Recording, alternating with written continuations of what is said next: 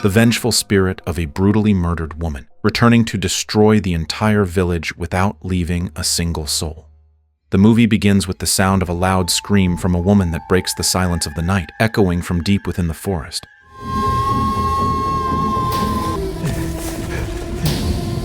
The scene then shifts to a wedding celebration between a man named Khalid and his bride-to-be, Siti.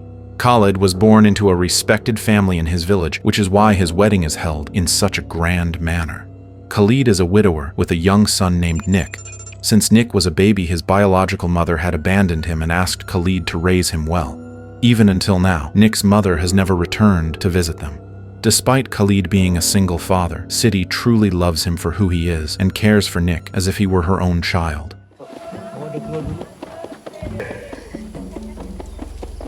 During the wedding celebration, Khalid's old friend named Rice arrives. They enjoy the joyful event together. Hari untuk permulaan yang baru.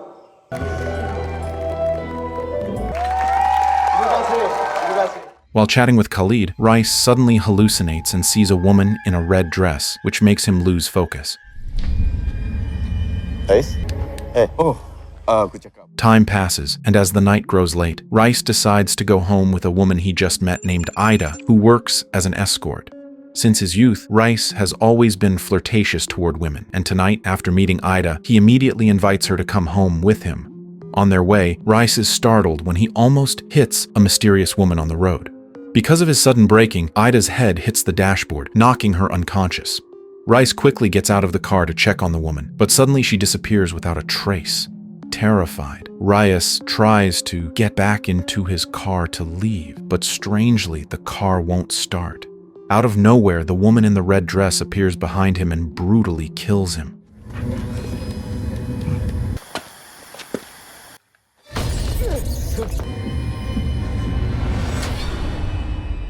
Moments later, Ida regains consciousness and finds herself being terrorized by the same woman in red.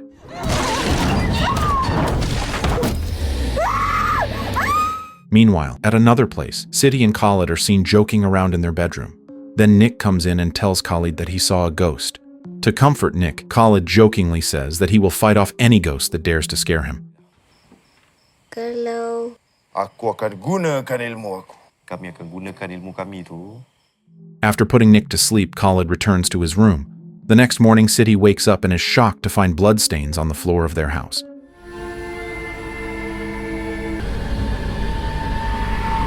The stains lead to a tree, and on that tree hangs the lifeless body of Rice in a horrifying condition.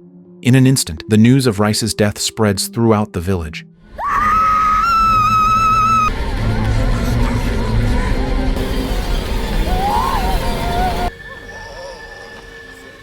Everyone wonders how Rice's body could end up hanging from such a tall tree. Not long after, a man named Udin, the village shaman, arrives.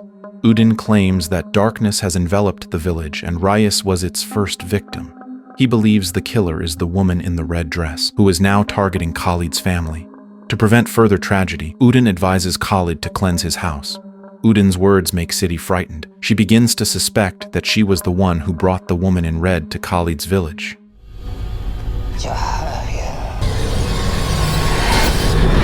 Bersihkan rumah kau. Khalid tries to calm her down and assures her it isn't her fault. Jangan sesekali cakap macam tu.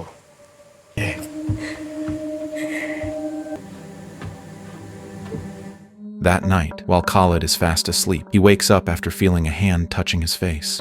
He wanders through the house searching for the source, only to encounter the ghost of Rice.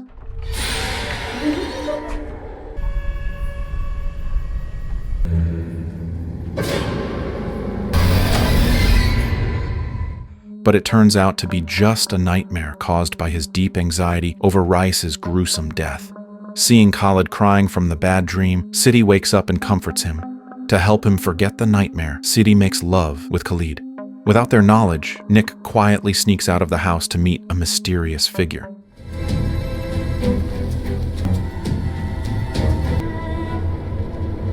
The next day, all the villagers begin glaring at Siti with disdainful looks. Udin's words about her have caused everyone in the village to dislike her. The villagers grow anxious, believing that Siti's arrival has brought bad luck to their home. Soon after, Udin visits Sidi and insists that she must cleanse her house through prayer. He explains that the woman in the red dress appeared because of Sidi's arrival in the village. The villagers start blaming Sidi for every misfortune that has happened. Fortunately, Khalid's younger brother, Reza, arrives just in time to defend and protect her. The villagers' harsh accusations make Sidi uncomfortable living there. She doesn't understand why a mysterious figure seems to be following her to this village, especially since she has never had conflicts with anyone.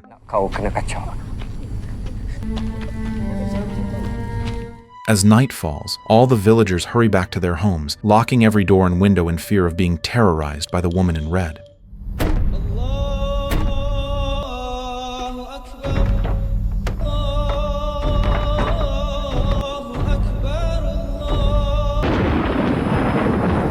Meanwhile, Reza and his family are having dinner together, discussing the mysterious woman who took Rice's life. The villagers strongly believe Udin's claim that the entity was brought to their village by Sidi. Reza, however, defends Sidi, saying there's no proof of her involvement. In the middle of their conversation, Reza suddenly suffers a seizure, with foam coming out of his mouth. Tiba-tiba dia keluar, dia cakap benda yang bukan. Saya tak nak kehilangan abang.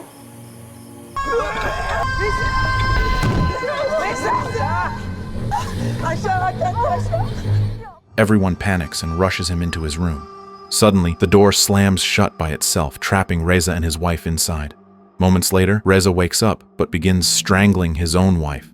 It seems that Reza has been possessed by the woman in red, forcing him to harm his pregnant wife. As a result, his wife suffers a miscarriage. Hearing the commotion, Khalid and Sidi rush to Reza's house to help.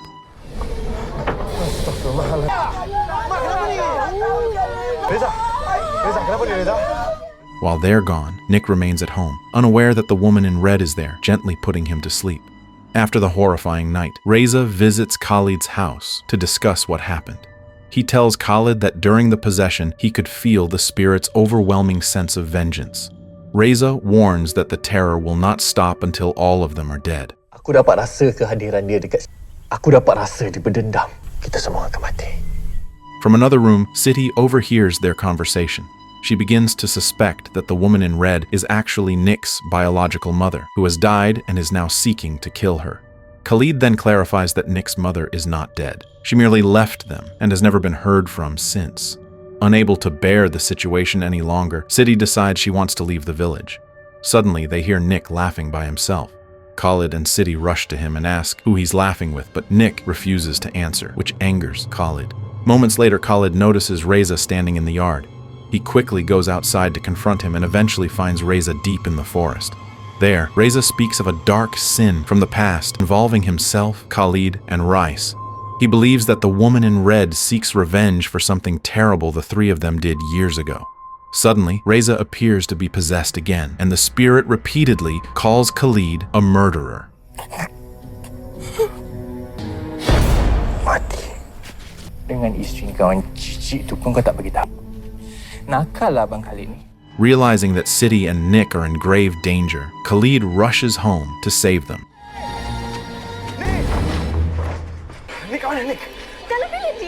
When he arrives, he and Sidi find Nick laughing alone while playing on a swing. Khalid asks Nick who the person he keeps seeing is, and Nick innocently says that he has met a woman who wants to be his friend. Khalid immediately understands that the figure Nick is talking about is the woman in red. Without hesitation, he takes Sidi and Nick to his parents' house for safety, while Khalid himself heads to Udin's place.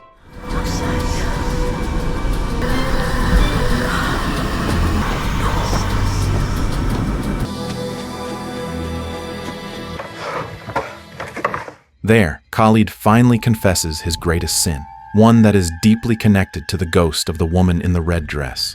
The ghost's name is Mina, and she is actually Nick's biological mother.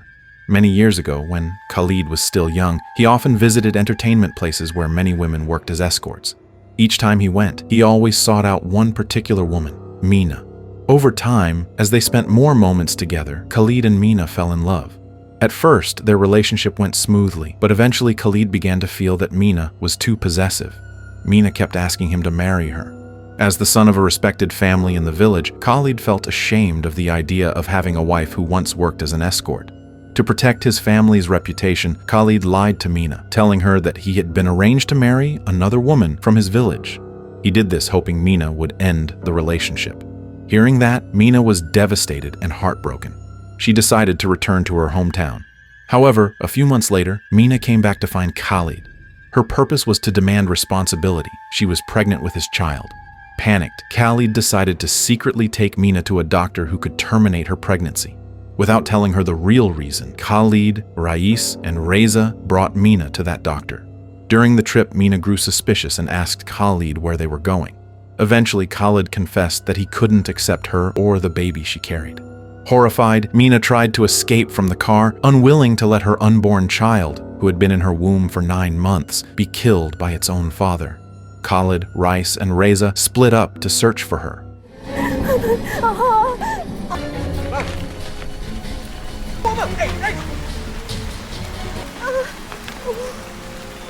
After some time, Khalid finally found Mina, who had just given birth to a baby boy. But sadly, the baby was silent and didn't cry. Mina believed her newborn son had died. Grieving and furious, Mina blamed Khalid for the baby's death. In her despair, she swore to expose Khalid to everyone as a man who murdered his own child. She kept screaming that Khalid was a killer, which drove him into uncontrollable rage. In a moment of fury, Khalid strangled Mina until she couldn't breathe, and she died in his hands. Kau yang bunuh dia sebenarnya. Apa kau buat ni? Khalid tak ada orangnya. Bang, apa kau buat, bang? Realizing what he had done, Khalid was overwhelmed with regret and panic. Rais and Reza arrived shortly after and tried to calm him down. To keep Khalid out of trouble, they decided to bury Mina's body on the spot. Suddenly, they heard the sound of a baby crying. It turned out Mina and Khalid's child was still alive. From that moment, Khalid decided to become a good father, raising Nick as a way to atone for his sins. He gave up his old ways and chose to live quietly, helping his parents in the village. However, because Khalid, Rais, and Reza buried Mina without any prayer or proper ritual, her spirit transformed into a Pontianak, a female vampire. According to local belief, any woman who dies during pregnancy or shortly after childbirth must be buried through a special ritual, including prayers and a nail placed at the back of her neck to prevent her from turning into a vampire. Since Mina's body was buried without this ritual, she became the vengeful spirit haunting them. Even after becoming a vampire, Mina's love for Khalid still lingered. That is why, when she learned that Khalid was getting married, she was consumed by rage. After all these years, Mina returned to seek revenge on Khalid. Khalid begs Udin to help him stop Mina before she harms his family. Udin then gives him a nail that must be driven precisely into the back of Mina's neck. Kita kena cepat. Paku tengkuk dia. After that, Udin and Khalid rush to City's location. When they arrive, the villagers are protesting and blaming City for all the terror that has struck the village. Khalid immediately clears up the misunderstanding, explaining that the terror they're experiencing is the result of his own past sins. He apologizes to the entire village for causing such disaster. Syaitan itu lahir dari dosa. Ni aku minta maaf. Bang, bukan kau seorang yang aku yang buat. Malam ni aku mengaku depan keluarga aku dengan kamu semua. As a form of responsibility, Khalid declares that he will hunt Mina down that very day. The villagers agree to help him, but no matter how many people join the hunt, Mina easily slaughters them one by one. Kita tangkap syaitan tu malam ini juga. Aku akan pergi dengan dia. Yalah.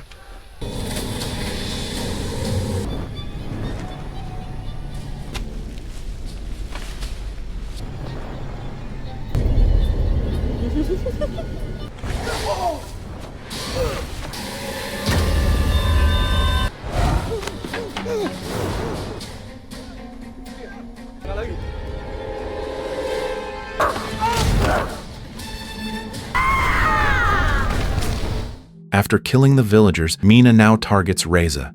He fights with all his strength, but Mina is far too powerful. In the end, Reza is killed.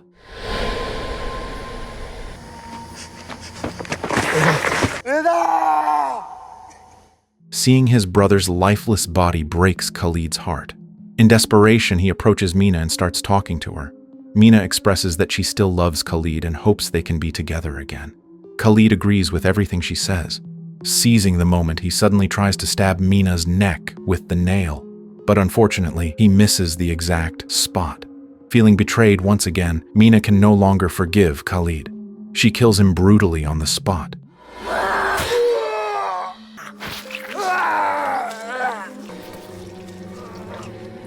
After Khalid's death, Mina heads to the place where Nick and Sidi are hiding. At first, she intends to kill Sidi, but Nick stops her. Even though Sidi is only his stepmother, she has always loved Nick as her own son, and Nick knows her affection is sincere. Nick then walks toward Mina and hugs her tightly.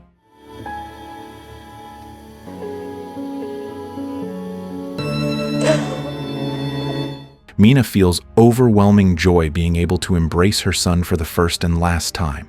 After fulfilling her revenge, Mina realizes she has done enough. That single hug from her child is the most beautiful moment she has experienced since her death. Now ready to pass on, Mina hands the nail to Sidi and asks her to release her from this world by driving it into the back of her neck.